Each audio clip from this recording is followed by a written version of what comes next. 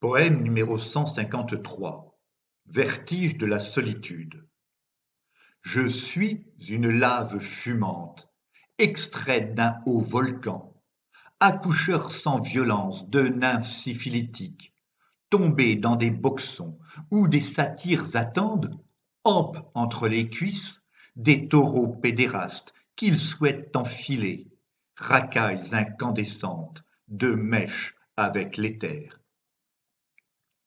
Branchés sur des orages, traqueurs de montagnes, violeuses de firmaments, dépucelés sans vergogne par leurs crêtes vicieuses, j'ai senti, aux vifs éclairs, prêts à me botter le cul, enflammés jusqu'à l'os, l'imminence de la fin, du monde à l'agonie, indifférente au bien.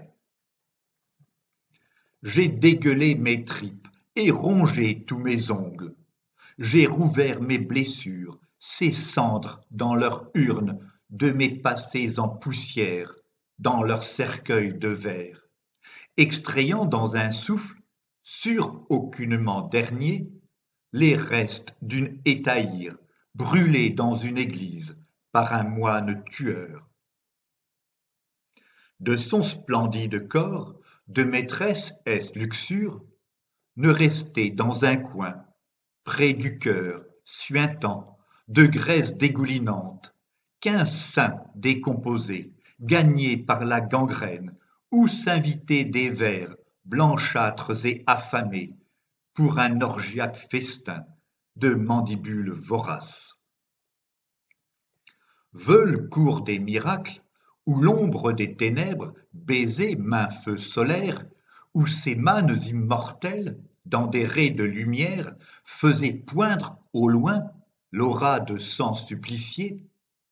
J'ai vu son fantôme astral se vautrer sur l'autel brisé, nu, près du grand crucifix, maudissant ses bourreaux. Des vieillards cacochymes, dragueurs de filles nubiles, dans leurs songes trop lourds, emportés par la déferlante d'abjecte concupiscence qu'ils cachent lâchement le soir d'impies bûchers. Avec ma gueule enfarinée et ma langue pendante, je l'ai bouffé tout cru, ce morceau calciné. Ivre de ces ripailles, au bord de la folie, les yeux exorbités, avec un air dément, j'étais ce saint déchu, sauveur du crépuscule de sa ferveur humaine. Un gnome en excursion, hideux et démoniaque, a déféqué dans un coin une tonne de pendules. Lorsque sonna minuit, une louve s'est installée sur mes genoux cagneux d'amoureux cannibale. Habitée par des diables, elle voulait que je mute en un preste loup-garou pour courir tous les deux dans nos rêves délictueux vers des contrées bibliques où les agneaux se donnent.